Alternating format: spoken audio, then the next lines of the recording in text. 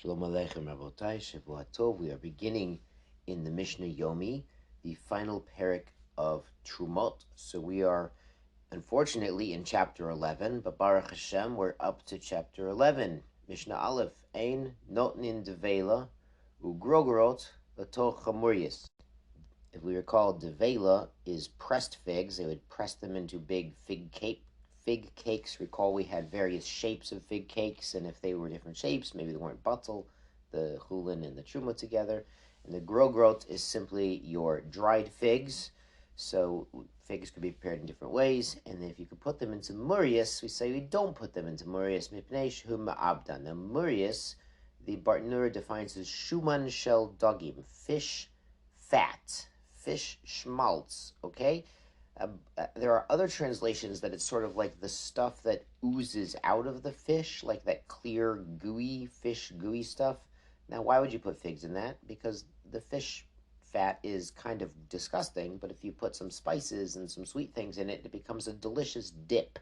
So they used to make all sorts of dips out of fish goo with spices or sweet things, but it is ma'abed. It causes a loss of these truma figs, because when they would do that, they would squeeze the gooey part out of the fig and mix it in with the fish fat or with whatever dip they were making, and they would throw away the peel. So we see from here you should eat the fruit with the peel. Perhaps only in ancient times when they didn't spray preservatives and chemicals onto the outside of the fruit. Nowadays, maybe not. Maybe you should always wash the fruit first, even though you make a couple tuma. Fine. Anyway, we don't want to lose the peel, the outside, the klipa of the fig, by squeezing the middle into the fish dip. Aval notnin at the yayin the murias. You could put wine into the murias, so you can mix wine with it because the wine is still there. You're not throwing out any part of the wine; it's just mixed in with the dip, and it's still exalt, not losing any truma. The ein mifotmin et hashemen, and you can't fatten up the shemen. We don't want to dip spices into the shemen that's truma, because some of that truma shemen will be absorbed into the spices, and then they throw out the spices when they're done spicing up the oil. Aval osim that yayin yenomlin, but you can make your wine into what's called a yenomlin, and there's actually a recipe in the Gemara in Brachos. It's wine that also has honey and pepper and spices. So it's some sort of spiced wine beverage. If we could get a bottle of this, that would be fantastic, because I've been very curious what it's like, and apparently it was a common and a very nice drink in the Mishnaic times. Mishnah continues, Ein mevoshlin yain shel truma. We do not cook wine of truma to make mevushal. It reduces the volume, because during the bishul process, you're losing some of the wine to evaporation and the kalim.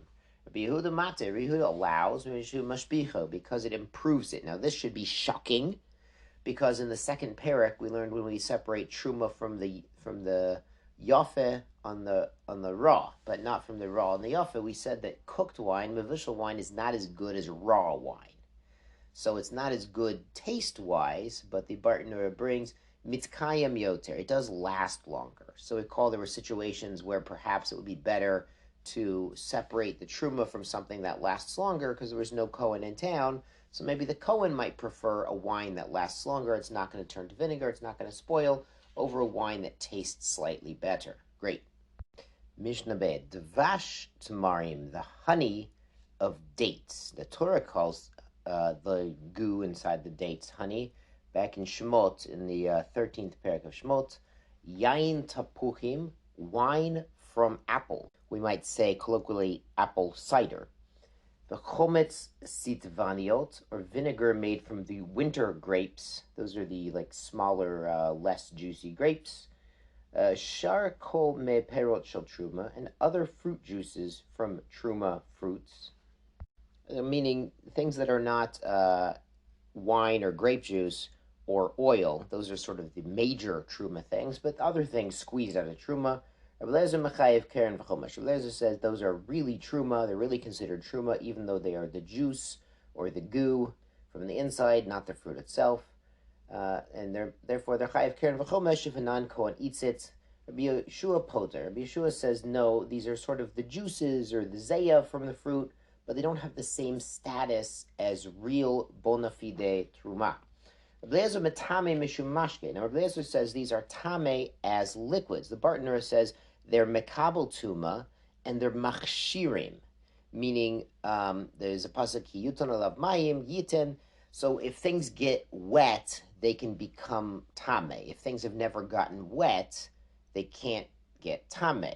However, what do you need to get them wet? Well, certain things specifically, you need to get them wet. And the list we usually see is Yad Shachat Dam. Yad Shachat Dam is an acronym. Yad is Yain Dvash. Shachat Shemen Halav Tal. Dam is for Dam and Mayim. So those 7 liquids are the ones that can, when they get on something, cause it to be mekabel tuma from something tameh.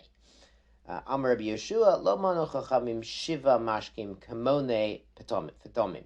So Rabbi Yeshua says these 7 liquids, these yad shachat dam, they're not counted out or listed out by our sages haphazardly, like somebody who counts out his spices. The Barner explains somebody who's counting out his spices, a spice peddler. He has 100 different spices. So he might say, oh, I have cinnamon, I have cumin, I have fenugreek. He might be counting out random stuff, but he'll list like some of what he has, but not all of it. He comes back the next day, he lists a couple other things, he leaves out a couple other things. It's sort of haphazard. Things are coming and going. Richu says, no, the list is davka those 7 items and not other kinds of items, not other sort of juices. Only the juices that are listed and not other things. Things don't come and go from that list.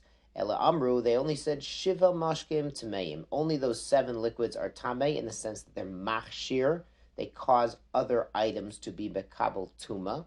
Usharkol Mashkim Tacharim. And these other things like this vinegar and this apple cider, that's not going to cause things to be Mekabel Tuma. Shkoyach Rabos, Shvotov.